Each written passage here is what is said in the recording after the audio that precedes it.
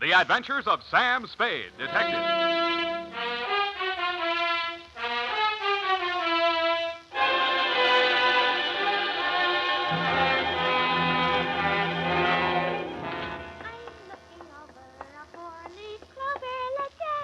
Very funny. Certainly took you long enough. Oh, thank you, Sam. Well, do you like them? My curls? Yeah, I guess so. It's your own hair, I trust. Oh, yes, Sam. When it's brushed out, you'll never know anything happened. Whenever you're ready, Curly. Oh, gee, you like it that well? Yeah, very cute. Well. It's a business. To Detective Lieutenant Dundee, Homicide Detail, San Francisco Police, from Samuel Spade, license number 137596. Subject, the Bouncing Betty Caper. Dear Dundee.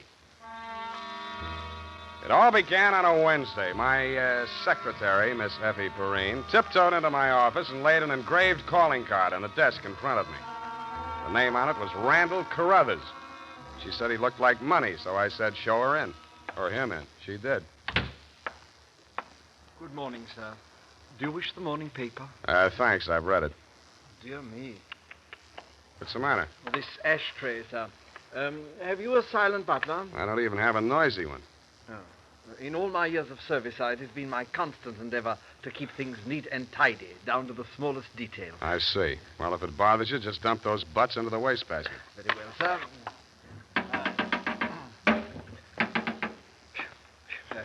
If you will pardon the presumption, sir, you could use a well-trained servant in this establishment. Wastepaper baskets clean and empty at all times. Never allow refuse to accumulate. That's not refuse. That's this month's bills. So I noticed, sir. I also noticed that you have not opened them. From this, I conclude that your services are immediately available. Yeah, and I conclude that in spite of your glad rags and fancy handle, you are somebody's butler. Oh, that is correct, sir. I am first butler in the household of Dr. Mark McGraw. First? Yes. Bleak is the name of the estate. It's near the village of Squid Beach, some 50 miles in a southerly direction on the Pacific coast. You know, I think I'm going to like you as a client, Mr. Carruthers. I mean, it's refreshing to get a few accurate facts without, shall we say, priming the pump. Oh, thank you, sir. You're welcome. To continue, not counting the staff, there reside at Bleak 3 persons. Dr. McGraw, master of the house since the death of his wife, his stepson, Mr. Anthony McGraw, of whom more later, and Mr. Anthony's sister, Miss Cathy. It is on her behalf that I've come to you, sir. What is her problem, Mr. Carruthers? The correct form of address is Carruthers, sir, not Mr. Carruthers. Check. Yes, thank you, sir. Now, as to Miss Cathy's problem, sir, someone is attempting to murder her. Specifically, she has upon several occasions been shot at from ambush. Twice she has awakened in the night to feel the hands of an assailant closing about her throat. And only yesterday, she narrowly escaped death when her motor car went out of control owing to some blackguard tampering with the steering mechanism. And upon numerous other occasions... That's enough. You have convinced me that she indeed has a problem. What do the local police think? No one has been to the police, sir. Why not? It's a delicate situation, sir. Miss Cathy's brother, Mr. Tony, is undergoing treatment for nervous disorders. Mm-hmm. The family did not wish to place him in an institution, and since Dr. McGraw, his stepfather, is a psychiatrist, he is allowed to remain at home. I see. He's flipped. Where do I fit in, Carruthers? Well, sir, if a reputable gentleman such as yourself were to come to Bleakcliff and witness these persistent attempts upon that girl's life, perhaps they could be forced to put the boy away where he belongs. It's possible. I'm willing to try. For money. Oh, splendid, sir, splendid. I took the liberty of drawing, in your favor, a draft upon the First National Bank of Squid Bay, 1 week's remuneration in advance of your services to the Bleakcliff estate in the capacity of chauffeur. Chauffeur? Yes, sir. I thought that might be a capital disguise. Have you a better suggestion, sir? Well, no, that's okay. This check. Yes, sir. $200. It's a pretty big weekly salary for a chauffeur, isn't it? Well, you will be allowed to shop for the vegetables, sir. Your cut has been added in.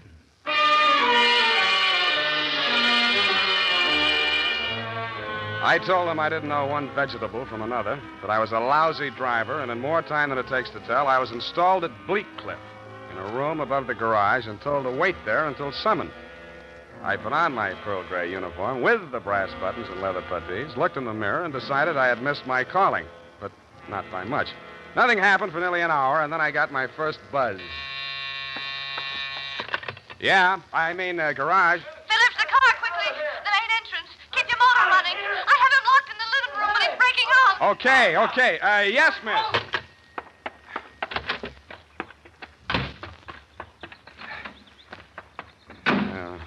Let me see. Get that door open. Open that door. Why didn't you have the door open? I'm sorry, miss. Well, get going, please. Darn it, miss. Where's the spark on this? What's the matter with it? Well, it's flooded. The housing, you know. He's got the meat cleaver again. Can't you get this started? Well, I'm trying. Get out, I tell you! Get out! Stop it! You're hurting him. No! All right. Put it down, kid. Put it down. Come on. Give it to me. What's going on? Tony. I say, who are you? Haven't you been instructed not to disturb my patient? I'm sorry. I'm new here. When I saw him coming at Miss McGraw with that meat cleaver, I naturally thought Oh, well, no harm done. Come along, Tony. Come along now. Come along, boy. We'll have a nice long talk. What shall I do with it? We'll put it back. You all right? Oh, sure. I should be used to it by now. By the way, you're new here, aren't you? What's your name? Sam. Sam? That's nice. Turn to the left outside the gate, Sam, and drive straight out to the shore road. Well, if I can just... Hey, I just turned that little key. Look, Ma, I'm driving.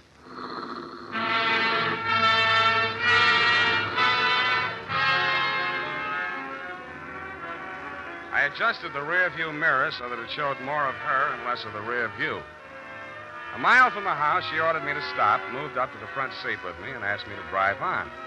By the time we got to the shore road, she was driving, and I was resting my head on her shoulder. Where are we going? I've got a little hideaway down the coast. It's right on the beach, at the foot of a tall cliff. There's a fireplace, a little bar, some records. Got some bop? It's wonderful there with the surf pounding outside, hidden away from the world. You feel so safe. Don't stop. You'll like it there. You feel as if there's no one else on earth. Time standing still. Oh, if I could just be sure that Mother wouldn't worry about me. You're impossible. Okay, Kathy, I'll be serious. What's with that brother of yours? Tony? I'd rather not talk about that if you don't mind. Well, maybe I can talk about your stepfather. I really should know what kind of a man my boss is. I go for these drives to forget all that. Please don't spoil it for me. Okay, Kathy, okay. Please. The sharp turn into this driveway. Oh. Now, we get out here. Yes, ma'am. Down this path. Uh-oh. What's the matter? You afraid of high places? Yeah, you just pushed me off of one. Oh, Sam, don't be like that. You're pouting like a little boy. Come on, I want to show you my little house. What's so special about your little house? Oh, Sam, if you only knew what my life is like. You only know what mine is like. I need someone so much to talk to, Sam. As long as you can steer the conversation, you mean. Come on, Sam. I'll show you the house. The path led to a flight of wooden steps that clung to the face of a sheer cliff. There was something like the stairs you find yourself falling down in nightmares. They dropped maybe 200 feet to a crescent of white sand. Watch out for that one step. It's broken. Yeah. You have to make your dream house this hard to get to? Because of Tony. He has vertigo. What? When we were kids, he used to chase me, and I'd run down here, and he was scared to follow me. Afraid of heights. He still is. Oh. Well, you light us a fire, Sam. The wood's there in the box. I'll go make us a drink. Fire? Who needs a fire? I'm hot. What'd you do before you took up driving? Oh, I was a private eye for a while. Oh, how exciting. Nah, it's a sour racket. Tell me about it. Nah. Let's talk about you. Here's your drink. Thanks. Well, what do you want to know about me? Oh, me? Come here.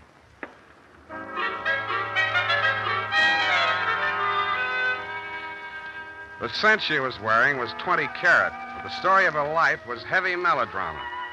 It seemed that Dr. McGraw, a handsome fortune hunter, was a folly of her mother's middle years. But she had come to her senses shortly before she died and cut him out of her will. But that was not the end of it. When Kathy's brother had been faced with the alternative of entering an institution or remaining at home under his stepfather's care, she had begged the doctor to remain in spite of his warnings that her brother might take a notion to kill her. But get this, Dundee, it's real deep. In spite of visible evidence to the contrary, she was convinced that her brother was not out to kill her, but that the doctor was. I couldn't sell myself on that part of the yarn, but she looked so awfully pretty while she was telling it. And suddenly, she didn't look so pretty. An expression of terror was on her face. No! No! Get down! I rolled her onto the floor and kicked the lamp out. By the glow of the embers in the fireplace, I could still see the gleam of the gun barrel shoved in through the broken window. I hoped he couldn't see so much. I knocked over a chair to give him something to shoot at. He was already halfway up the face of the cliff on those rickety wooden stairs. At the top, he turned and looked back. Oh, what? It was Mark, wasn't it? The doctor? You know better than that. It was Tony. I thought you told me he was afraid of heights, couldn't come down those stairs. He never did before. Don't you believe me? Yeah, Kathy. I may wind up believing the rest of your story.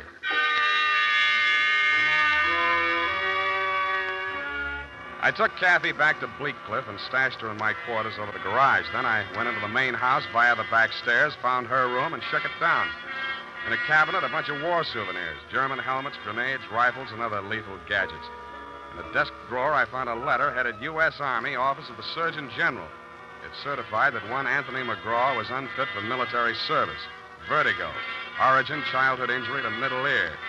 Downstairs in the library, I found a shelf of medical books. Vertigo. Vertigo was almost incurable, and there was certainly no quick cure. But some patients had lost their symptoms temporarily under hypnotism. Then it said, see narcosynthesis. I did.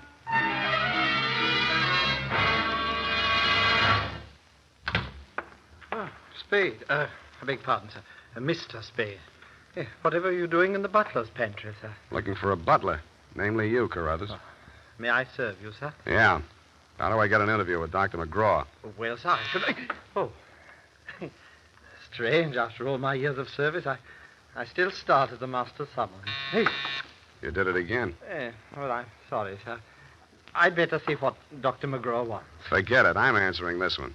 You're not going to drop your disguise, sir. Why not? Who am I kidding, anyway?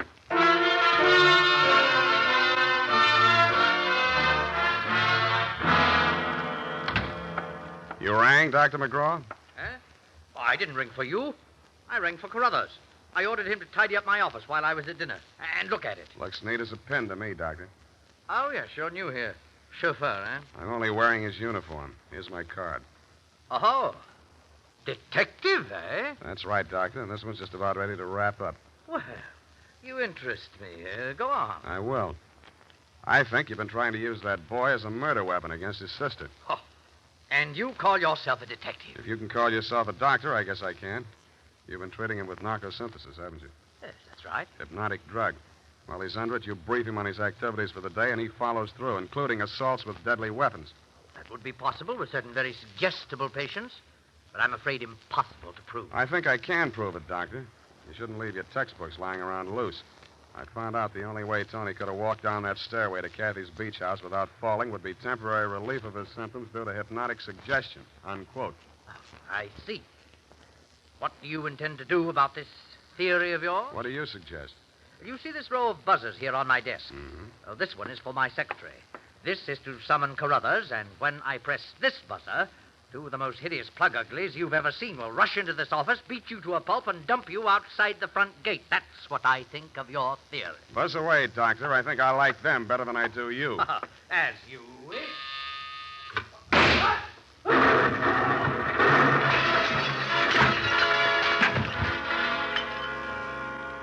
From where I was on the other side of the room, I didn't know what had happened at first. All I saw was a lot of paper gushing out of the wastebasket.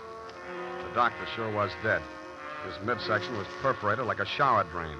And in the walls, fanning out around the end of the room, about a yard up from the baseboard, there was a straight line of holes. I dug into one.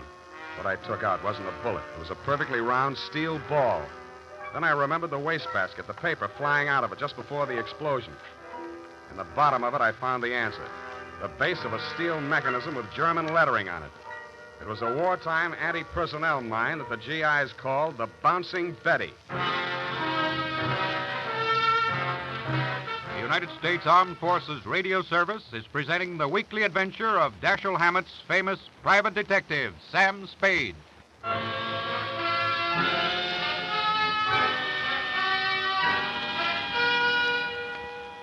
didn't wait for the Squid Beach law to arrive. Who could? I went straight back to San Francisco. You, Lieutenant Dundee, were waiting at my office. Morning, Sam. Hello, Dundee. About that McGraw killing, Sam. The chief down at Skid Beach has asked us to cooperate with the department down there at Skid Beach. Squid Beach, Dundee. Squid, that's right. They say you caught a bus at Skid Beach. Squid. That's right. At 1:45 in the company of a young woman answering the description of the McGraw girl. They say that, do they? They say they got a statement from that butler, Carruthers. Yeah, well, it's open and shut anyway. The butler hired you, the girl is wanted, and you're hiding her out. Why? Why not? Well, it's established that the girl hated the deceased and bickered with him constantly. The doctor and the boy were pals. That girl's guilty as You've been able to place her in the murder room? Oh, no, but here's an item. She worked with an Army ordnance during the war in research. Subject, I made a note of that. Enemy landmines, anti-personnel. One of the reports she helped put out was on the Bouncing Betty. Yeah? Definitely. Hey, where you going, Sam?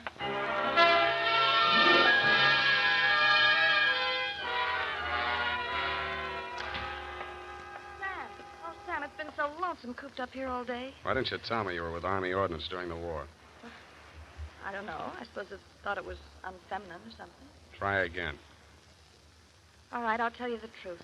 I had a copy of that report with instructions for the operation of the Bouncing Betty in the desk in my room. What the devil are you doing with a thing like that? I don't know. I was proud of it. It was the only report I worked on with the general. Should have got rid of it. I did.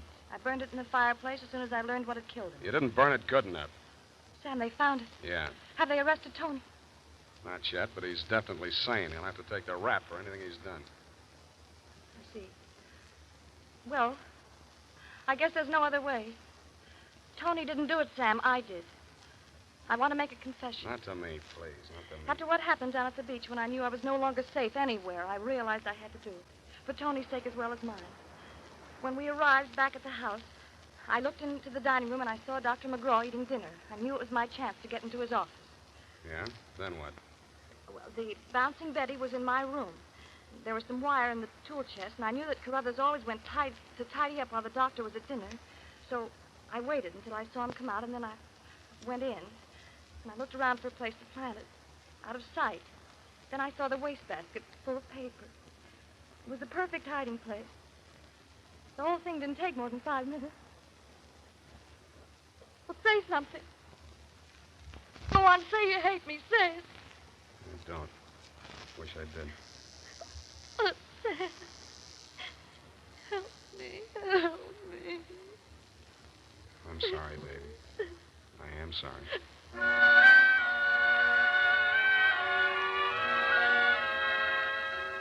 I don't know how long we sat there. I held her in my arms until she cried herself out. Then we just looked at each other.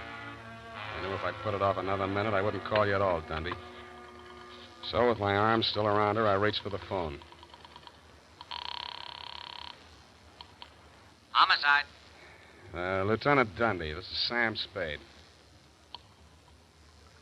Lieutenant Dundee. Hello? Hello? Give me that. Lieutenant, this is Catherine McGraw. I wish to make a full confession in the murder of my stepfather. I walked out while she was still talking to you, Dundee. I knew she'd wait for you, and I didn't want to be there when you took her away. As I walked over to my office, everything she'd said kept coming back to me. I could see her sneaking into her brother's room and getting a contraption out of the cabinet. I could see her hiding behind the door until Carruthers came out after tidying up McGraw's office, dumping ashtrays, emptying waste baskets. And that's as far as I got. I went back to my office to wait. And sure enough, 20 minutes after the papers hit the streets with Kathy's confession, the door opened and he came in. Well, sir, I believe it's turning a bit raw out of doors. Gardner was saying only this morning that we should order out some shrouds for the Sapiglosa Sinuata. Am I discommoding you, sir? No, Carruthers, I've been waiting for you. With your permission, sir. The ashtray. Just dump it in the wastebasket. Well, I am gratified to note that your secretary has been looking after things and has emptied your waste paper basket. This is right and proper. Quite. Yes, sir. And speaking of waste paper baskets... Allow me, Carruthers. You have come to apprise me of your part in the death of the late Dr. McGraw. Am I in error? You've already divined my purpose, sir. Yes, it was I who placed that infernal machine. In the wastebasket, Carruthers, yes, I know. It struck me as a bit of poetic justice that the buzzer, which that dreadful man used as a symbol of his despotism, should be the instrument of his own destruction. I'm sorry, Carruthers. I'll do all I can. No need, sir. No need. I'm aware that there is no final justification for taking the law into one's own hands. Every man is entitled to trial by jury of his peers. But where, Mr. Spade, where could be found 12 good men and true who would allow themselves to be called the peer of that monster, Dr. McGraw?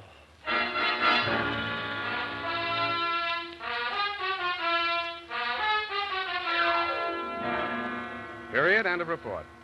Sam, there must be some mistake. Mistake, Effie? Mistake? No? Well, the butler can't be guilty.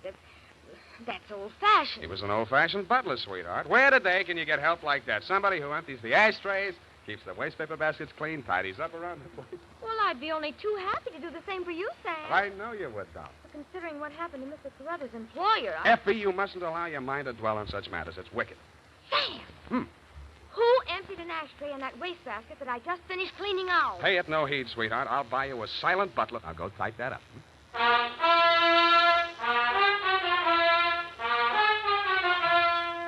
it is, Sam. I hope I haven't made any mistakes. I'm in such a hurry. Whatever did you do to your hair? Well, I brushed it out, Sam. What happened to the pin curls? I told you, Sam, when it was brushed out, it wouldn't be noticeable. Hours of torture sitting under a hot dryer for something nobody will notice. But, Sam, it puts bounce in your whole makeup. I get it. The bouncing Effie caper. Oh. Eyeshadow, new shade of lipstick. You look real gone. Oh, no. Whom is it tonight? Well, it's his friend of Maud, Sam. Of course, she's not really serious about him, so it's all right. Your conscience bothering you? Oh, no, Sam, no. He's definitely not serious about her. I mean, have fun, sweetheart, while Maud burns. Oh, well, she won't. And I suppose you'll be seeing that girl, what's her name? Oh, yes, Kathy. Well, at least if I'm not playing in someone else's garden. No. Well, have fun anyway. Good night, Sam. Good night, sweetheart.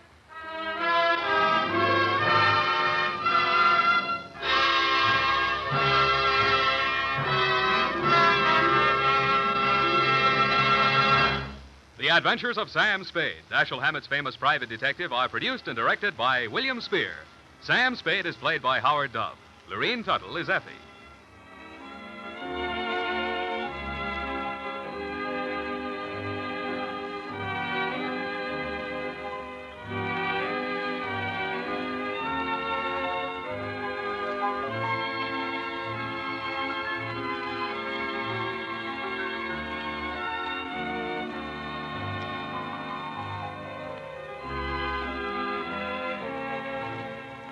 The Adventures of Sam Spade, Private Detective, is a presentation of the United States Armed Forces Radio Service, the voice of information and education.